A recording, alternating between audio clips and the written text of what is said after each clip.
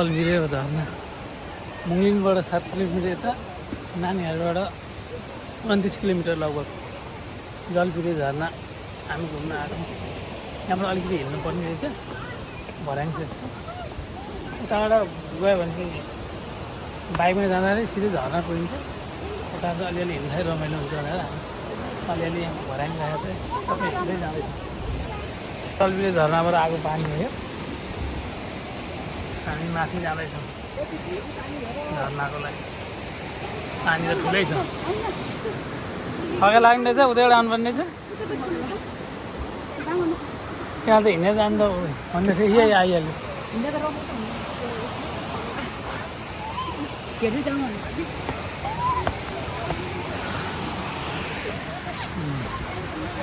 अलिअलि भर्याङ छ रमाइलो छ हिँडेर आउँछ अलिकति हुने हिँड्दा यो झर्ना मेन झर्ना यो हो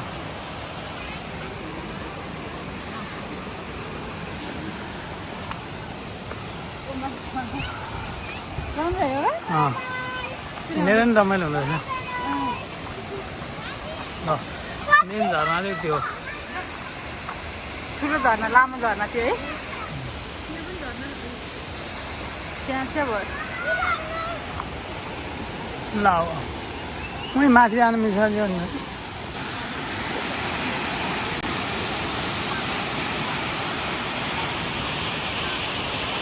एकदम रमाइलो वातावरण छ मान्छेहरू टन्न आएन दसैँको बिदा घर फर्किँदा घर आउँदाखेरि फर्केर झर्ना हेर्दै जाँदै एकदम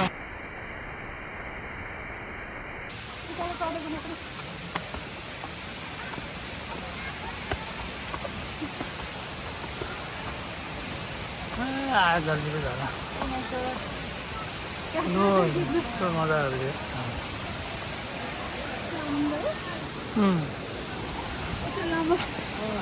हिँडेको बल्ल यो हेरेर आनन्द भयो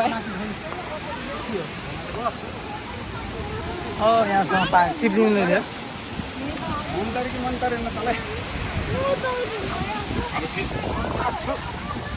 चिप्लिँदो रहेछ पानी हो पानी सही भएर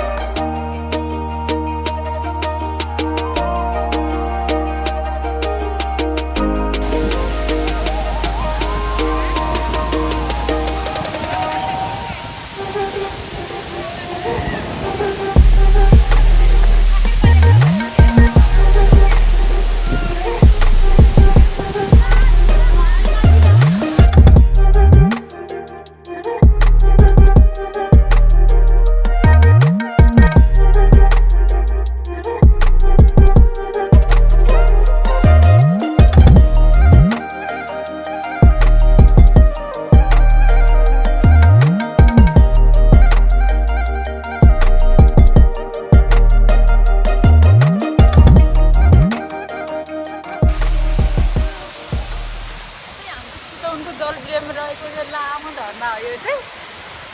कस्तो आनन्दको छ कति लामो कति आनन्दको छ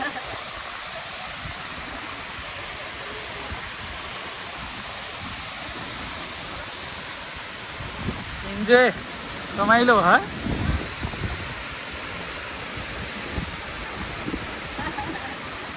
कस्तो पानीको छिटा नि आइरह्यो है पानीको त्यो पानीको प्रेसले आएको हावा के त्यसले गर्दा पानी सबै भिजेको छ नदी जाँदाखेरि त त्यहाँ मान्छे भिज्दै नजिकै आउँछ मान्छे टन्नसँग अब 3 साढे 3 बजिसकेको छ डाँडा काँडामा घाम पनि मधुरो हुन लागिसक्यो झर्ना चाहिँ लास्ट राम्रो छ ल पानीको कस्तो मजाको उयो आयो कि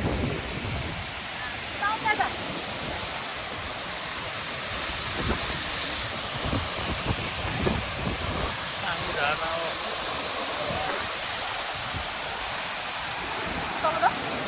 जाउँ त जानु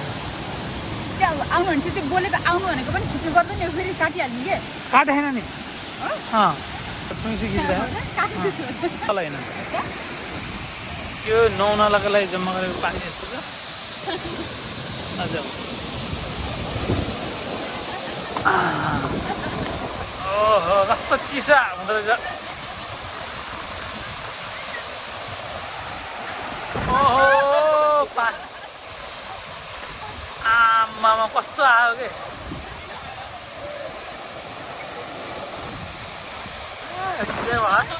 चिसो पुरा पानी परे जस्तो भयो यहाँ त पुरै पानी परे जस्तो हुँदो रहेछ कि त्यो माथिको त्यो प्रेसले हावा निस्केर आमामा लगेको त ओहो भिजा मान्छेहरू इन्जोय गर्न सब आएको यहाँ मेरो स्क्रिनमै पानी पऱ्यो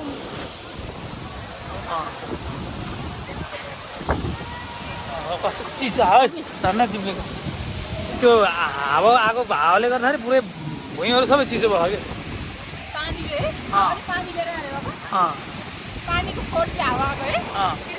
यति माथि लगभग यो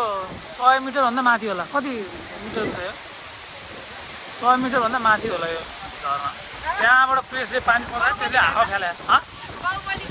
बाहुबली झर्ना हाम्रो जलबिरी हो बाहुबली होइन चितवनमा रहेको यो जलबिरी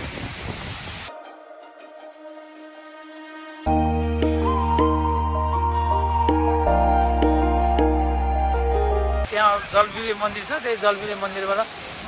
10 मिनट जति माथि हिँडेर आइसकेपछि यो झर्ना आउँछ तपाईँको गाडी बाइकहरू यहाँ झर्नासम्म लगभग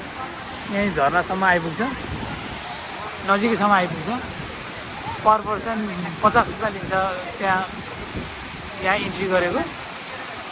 त्यसरी तपाईँहरू आउँदाखेरि बाटो पर्दाखेरि नि आएर एकछिन इन्जोय गरेर आधी घन्टा 1 घन्टा इन्जोय गरेर माइन्ड फ्रेस गरेर जान सक्नुहुन्छ तपाईँहरू यस्तो रिल्याक्सेबल वातावरण पनि त्यस्तै यो सिजन त झन्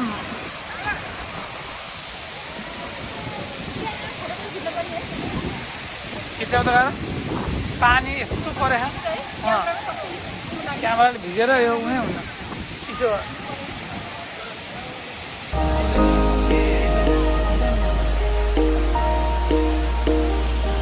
फोटो कि भिडियो फोटो खिच्ने कि भिडियो फोटो कहाँनिर बसेर जानु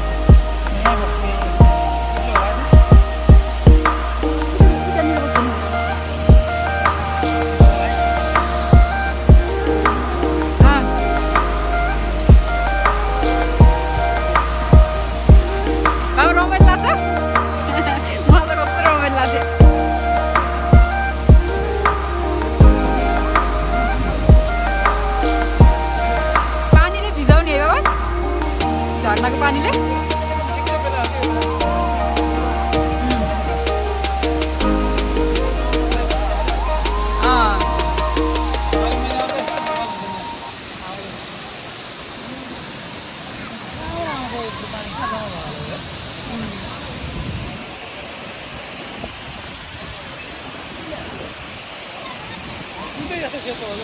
अनि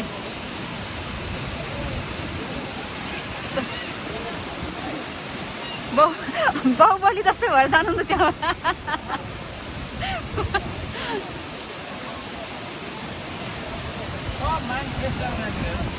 कस्तो एकदमै आनन्द लाग्ने कस्तो मजा के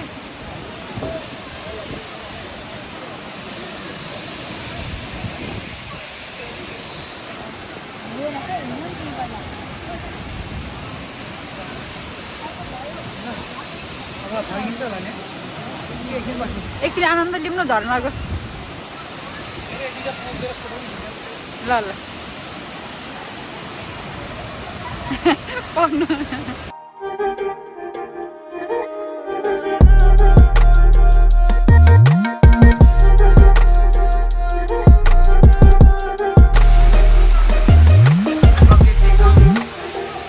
मजा लिइरहेको फोटो खिच्ने बिनी थाकेर पछि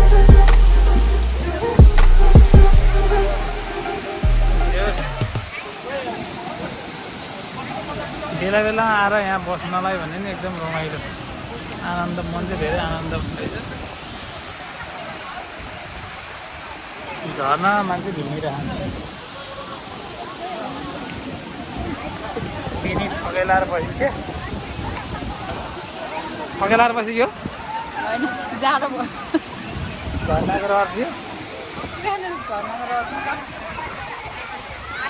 आनन्द लिएको कि त्यो हेरेर कि अब जलबिरे झर्ना आज हेरेर पुग्यो अब हामी फर्किँदैछौँ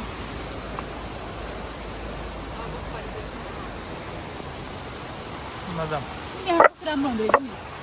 त्यहाँबाट खिच्नु भएको पनि राम्रो यहाँबाट राम्रो देखाएको त्यो मान्छेको ठाउँ है भ्यू देखिँदैछ के देखिन्छ नजिकबाट नजाउँ हामी चाहिँ अलिकति मुनि नै बाइक राखेर आयौँ अलिकति हल्का हिँड्दा नि रमाइलो हुन्छ भनेर नभए त बाइक यहीँसम्म ल्याउँदा नि फरक त पर्दैन थियो त्यही माथि सबै बाइक लिएर आएको भन्दा त हिँड्दै गरेको आफ्नो यो है रमाइलो हुन्छ भनेर हामी आनन्द हल्का मुनि राखेर अनि ल हेर्नु त यहाँबाट देखिन्छ यो झरना है एकदम ब्युटिफुल त्यहाँबाट झरनाबाट आएको पानी हो यो यस्तो आनन्द छ आउनु होला चितवन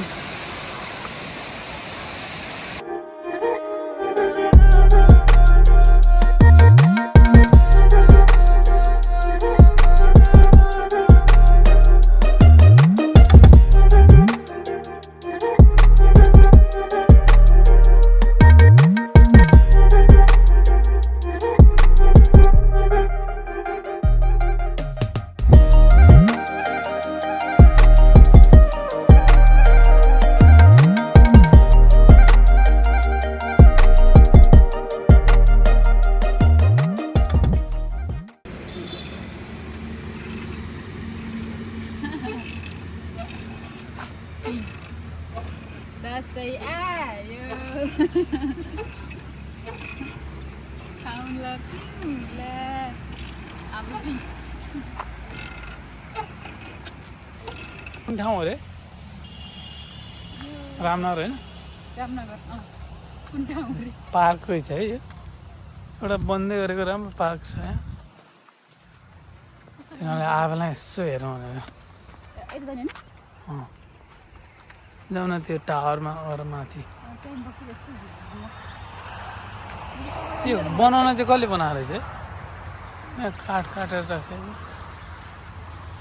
बनाएर नि कति राम्रो भएको होइन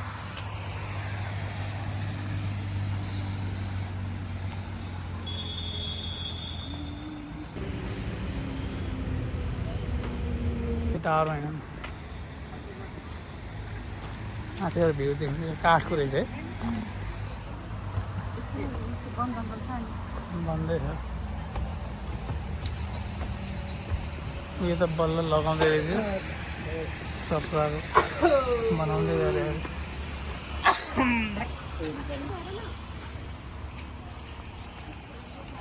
रङ लगाउँदै रहेछ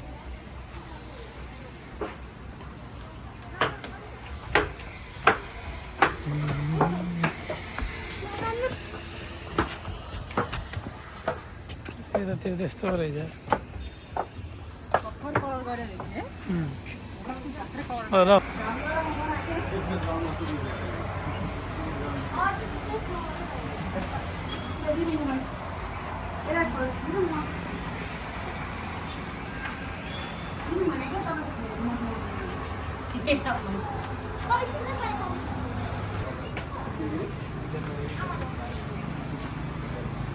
ल